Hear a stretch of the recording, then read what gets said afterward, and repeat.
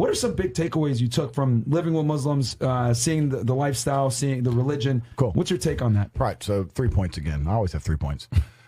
If you have a problem with feminism, Islam will fix it.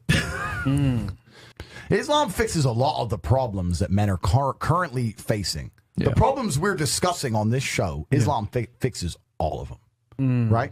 That's the first thing about Islam. And I'm not a Muslim, right? If I had to choose a religion, I would, because I live in an Orthodox Christian country, I go to the Orthodox Christian church. I donate $20,000 a month to the church in the country I live in. The church in Romania is very powerful, and I like having church friends. So I give them a lot of money, right? So I would guess I'm an Orthodox Christian. But if I had to bet on one religion as if I were betting on the stock market for the future, you have to bet on Islam. Because Muslims are intolerant. And I'm not saying that disrespectfully.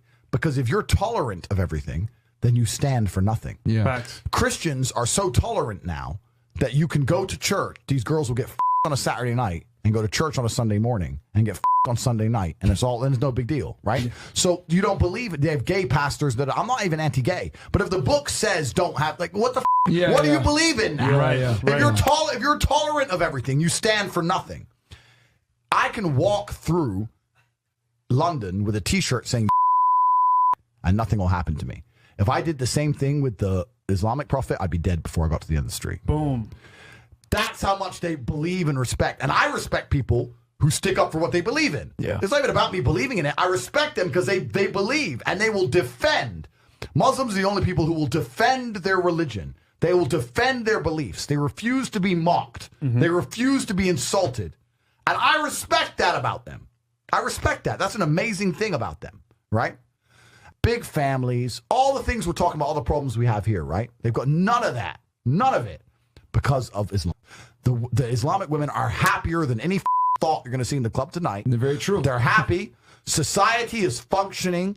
Their population is growing because in most Western countries, the population is declining. Yep. Tim Cass was talking about it today. I was talking. We were Two showed it on people the have boat. one kid. Doesn't work. Doesn't work, right? Two people need to have 3.1 kids because people die, right? People die prematurely, blah, blah, blah, blah. Yeah. Society is functioning, and that's what society is. Society starts at the smallest possible group. You have families, and families make a street, and that street makes a village, and that village makes a town, that town makes a city, and that city makes a country. So if it's broken at the very fundamental level, if its family level's broken, then it's broken the whole way up. Yep. And that's what's happened in the West. So if you're going to talk about a belief system that fixes issues, you need to go to Islam. And I will say this that will too. fix everything. And what do the Christians do? Nothing. Yeah. Christianity is a dead religion. If you're a Christian, and I'm saying this as a Christian myself, Christianity is a dead religion which is confined to the history books. It's dying out. Your own Pope, the Pope goes up there and talks LGBTQ shit now. That's crazy. It is over. You don't stand for anything. You don't believe in anything. You have no boundaries. Being a Christian now is nothing more than advertising you're a loser. It's a losing religion because you've lost to Islam. That's the future of religion.